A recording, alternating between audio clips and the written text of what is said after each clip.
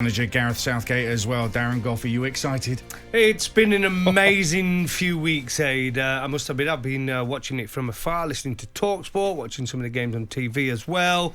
It's been mad.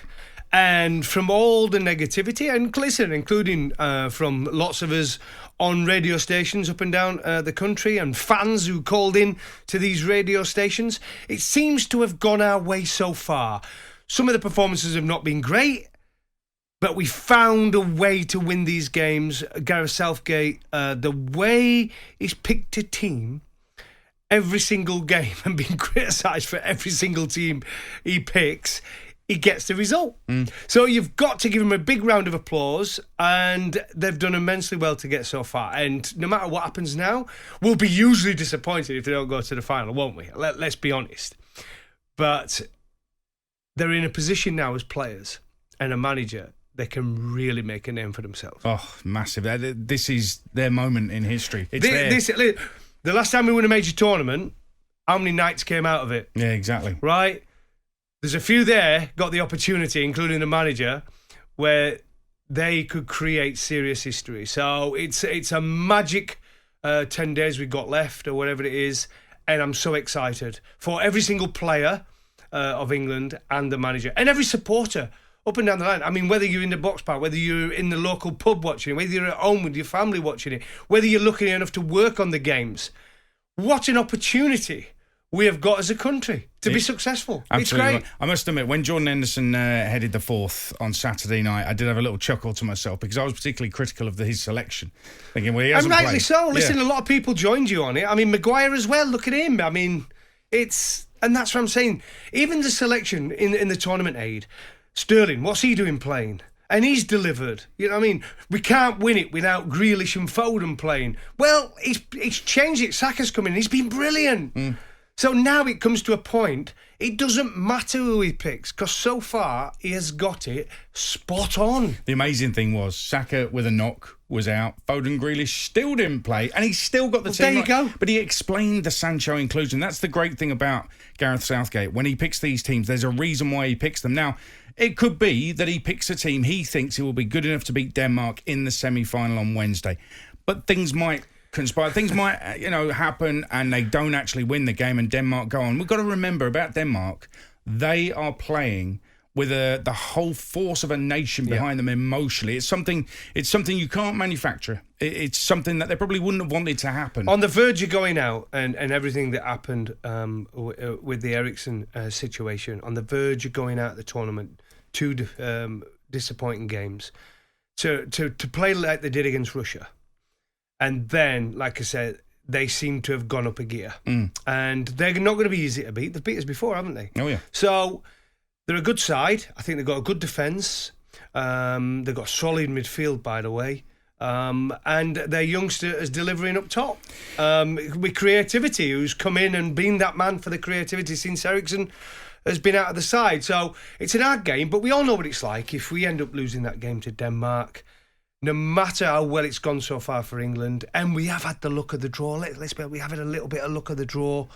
I think it comes down to it. Southgate will still get battered if we lose against Denmark. So he can't win. But so far, he has got it spot on. Well, you say the luck of the draw. I've been having this conversation on social media this morning. Well, let's just analyse that briefly. Hold on 1 second. Somebody said to me it was an easy group. Well, Croatia and the Czechs have beaten us in recent times. So I don't think it was. It wasn't the hardest group, but it certainly wasn't the easiest group. And then you get Germany. And they've just put 4 past Portugal. Yeah, I know. Portugal were terrible that game, but Portugal are disappointing. But the Ronaldo, I think if we could have picked one out of that group to play, those 3, Portugal, France or Germany, I think we would have had Germany, wouldn't we, at this moment in time? Not with our history against Germany. I know they've got some good players, but you only have to look. You've got to look at form. You've always got to look at it.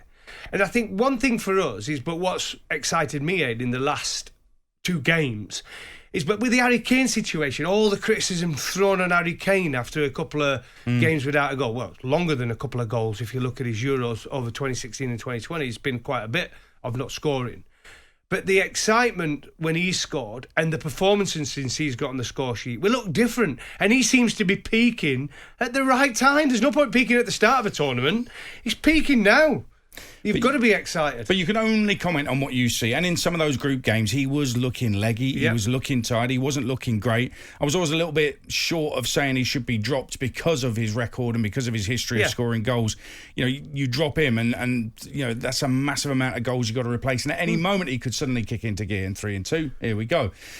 Let's wait and see what happens. But you can only take it one step at a time. I believe that, that winning the group was, I thought, quite an achievement, given who was in that group. I thought it was a tricky one. And then you've got one of the group of death, whoever it might be, but they weren't fearful. They just took them on. Yeah.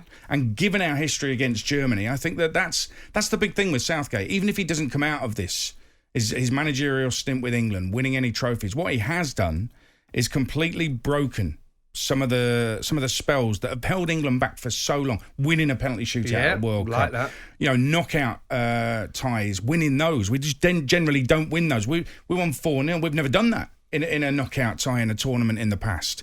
Beating Germany in a knockout game at a tournament for the first time since '66. All these little things, I say little things, all these things added together mean that baggage that England have carried into tournaments that.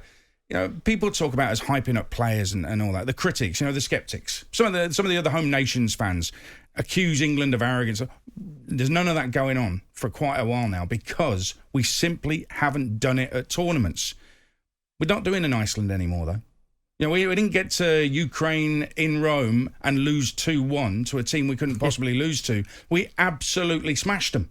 And that, to me, in the space of 5 years... That, to me, is a very different England to what we had back in 2016. I agree with you. And I think listen, we've had what I mean by that, Ade, the draw, whether you say it's hard or not, it wasn't easy. It wasn't the group where you're thinking, wow, we've hit the jackpot. Yeah, there was some hard game. Even the Scotland game, you know what I mean? We know the passion. They're going to raise the game, yeah. Yeah, we know the passion. And they did. We know the passion that's involved in those games. But what I'm trying to say to you is it seems to have gone our way, though, because people were worried about us winning the group, who we might get. And I think we ended up with the best draw in that, even though it was Germany and the history between us. But the home games, having to go away once, and it was to Ukraine. If it would have been to Italy or it had been to someone else, it might have been a different ball game, but it was to Ukraine. But everything seems to be fitting into place, and I think everybody is getting that feeling and excitement, but it is coming up. How many times have you heard that song? How many times have you heard it over the past 3 weeks? Yeah. Everywhere you go. I was trying to do a little bit of a little gym workout yesterday, and they've got an old 2 hours of England World Cup songs and European Championship songs. But you know what? That's people getting excited about a tournament. And what's wrong with that? If it's 2 successive semi-finals in major tournaments, that's not easy to achieve. And that's off the back of, being humiliated at France Euro 2016 by Iceland. So I think there is, you can't call it success unless they win the tournament. That's my ultimate belief. But there's lots of positives you can take from it so far. Let's see how it goes. They beat Denmark, and then there's an even tougher task. Whether it be Italy or Spain in the final, if they beat Denmark. Can't get ahead of ourselves, but how excited are you feeling? How confident are you feeling as well? Or, I did hear one particular caller over the weekend saying, they haven't really done anything. Kane's not actually been that good. We've got another one here. Look at that text there, the top text. How can you say Southgate has got it spot on? England scraped through the group and it was one of the easiest. This is why the world hates England. Arrogance and ignorance is insane. What is up with people? We scraped through the group. What, did we win the group? Yep. Yeah, we won the group. Then we beat Germany 2-0, right? Then we've just beat Ukraine, thrashed a Ukraine. And now, yes, I'm saying we've had a little bit of luck with the draw and to get where we've got, and everything seems to be fitting in. But I think Southgate he's shocked everyone with his selections, and he's been criticised left, right and centre.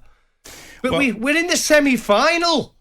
Now, whoever texted that in, I don't know where they're from. I'm assuming... Give your head a wobble. I don't know where they're from, but I'm not sure if you understand how good they've been in recent years. They were runners-up at the World Cup 3 years ago. They beat England at the World Cup 3 years ago.